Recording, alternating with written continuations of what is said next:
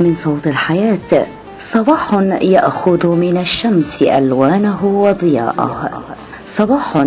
مفعم بالمحبة، صباح معطر برائحة العنبر،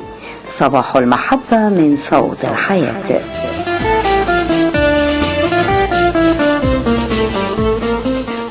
طبعا أهمية عمل المرأة بشكل عام بالمجال الإعلامي وبشكل خاص بمجال الإعلام المسموع، الإذاعات، بتكمن أنه المرأة لما بتعمل برنامج حول المرأة خاص بالمرأة في مفاهيم كثيرة بمجتمعاتنا، العادات، التقاليد، حرية المرأة،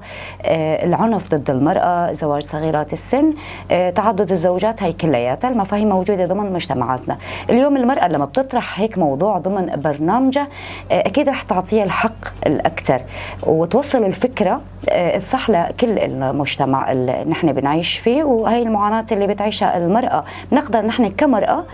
متواجدين بهذا المجتمع بنعيش نفس المعاناة اللي عم تعيشها المرأة بمجتمعاتنا، نوصل هاي الفكرة لها عن طريق برامجنا، عن طريق مركز الأخبار الخاص بالمرأة ضمن الإذاعة،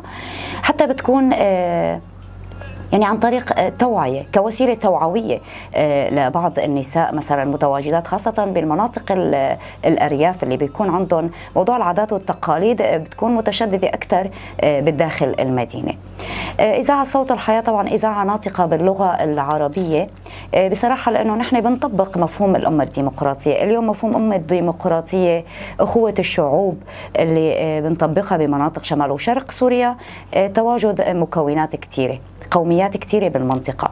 لهيك في عنا المكونات العربية طبعا هي كمان من حقها مثل باقي المكونات الموجودة بالمنطقة يكون في إذاعة ناطقة باسمهم عفوا بلغتهم، لحتى نوصل هي الفكرة هذا المفهوم اللي عم نشتغل على هذا الأساس لهي المكونات. يعني قبل ما بيظهر الإعلام المرئي مثل التلفزيونات كان في الإذاعات، تعلق الناس كان بالإذاعات كتير يعني كبير،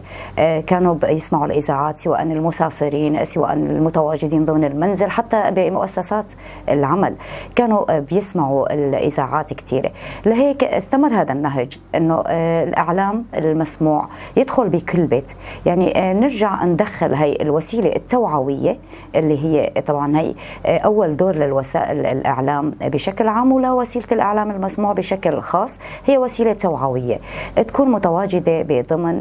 كل بيت. نحكي عن خطورة مثلا الإعلام هلا السوشيال ميديا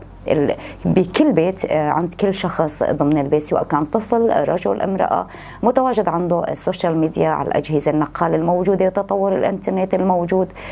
بتكمن أهمية الإعلام هو إظهار الحقيقة. في أخبار كتيرة بتطلع، في مواقع كتيرة بتطلع، حتى يعني بتدخل بكل بيت، بيكون لها غايات، بيكون لها أهداف سياسية معينة، في لها حتى حرب خاصة ونفسية على المجتمعات. الإعلام اللي نحن بنشتغل عليه هو توعية هذا المجتمع، تحذير هذا المجتمع، الوصول والنهوض بهذا المجتمع اللي نحن بنعيش فيه. العمل الجماعي، يعني أهم شيء العمل الجماعي اللي كان موجود ضمن جروب وكادر صوت الحياة هو اللي خلى النجاح وإذاعة صوت الحياة يستمر بهذا الموضوع. يمكن النقطة اللي كتير مهمة بهاي السنة إذا نقدر نحكي عنها هي إنه حصول إذاعة صوت الحياة على أكثر الإذاعات أو الوسائل الإعلامية اللي عم يتابعوها الناس ضمن مناطق شمال وشرق سوريا بالنسبة لكل الإعلام الموجود ضمن المنطقة. عندنا كمان مركز الأخبار التابع للمرأة الخاص بالمرأة، التقارير اللي عم تدخل، مواضيع اللي كتير بتهم المرأة. تم افتتاح المركز خلال هاي السنة واشتغلنا عليه بشكل جيد. تواجد المراسلين بمعظم المدن بمناطق شمال وشرق سوريا كمان لحتى نواكب كل الأحداث اللي عم تصير بكل المناطق والمدن الموجودة ضمن شمال وشرق سوريا.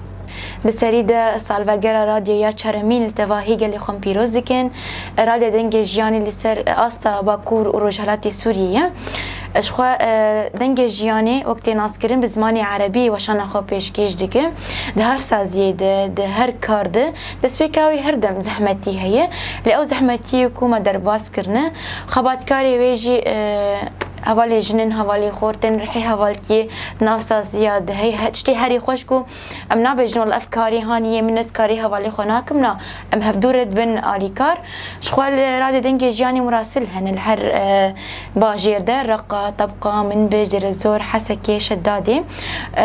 تايبت دنجي جاني